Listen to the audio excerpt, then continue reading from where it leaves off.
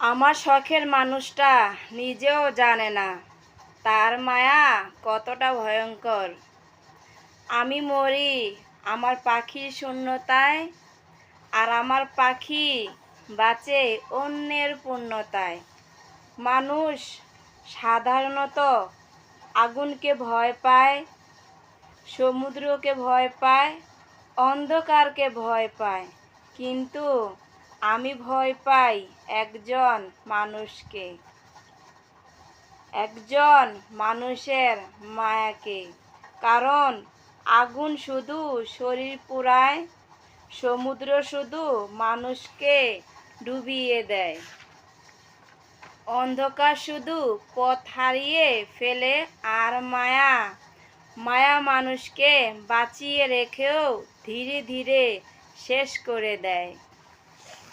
তুমি হয়তো কখনো বুঝতেই পারোনি তোমার শূন্যতায় আমি কেমন আছি। প্রশ্নের জন্য আমি কত রাত অপেক্ষায় রাত কাটিয়েছি। তোমার একটা কথা যে আমি কেমন আছি, শুধু এই কথাটা শুনতে কতবার ফোনের দিকে তাকিয়েছি। তুমি জানতেই না তোমার সামান্য যত্নটুকু কাউকে কতটা অসহায় করে দিতে পারে। কারণ ভালোবাসা মানুষকে যতটা না বেঁধে রাখে, তার চেয়েও বেশি বেঁধে রাখে মায়া। ভালোবাসা শেষ আছে, অভিমানের শেষ আছে, রাগেরও শেষ আছে, কিন্তু মায়ার কোনো শেষ নাই। মানুষ যার উপরে মায়া করে তার উপর রাগ করে থাকতে পারে না, দূরে যেতে চাইলেও যেতে পারে না, ভুলে যেতে চাইলেও ভুলতে পারে না।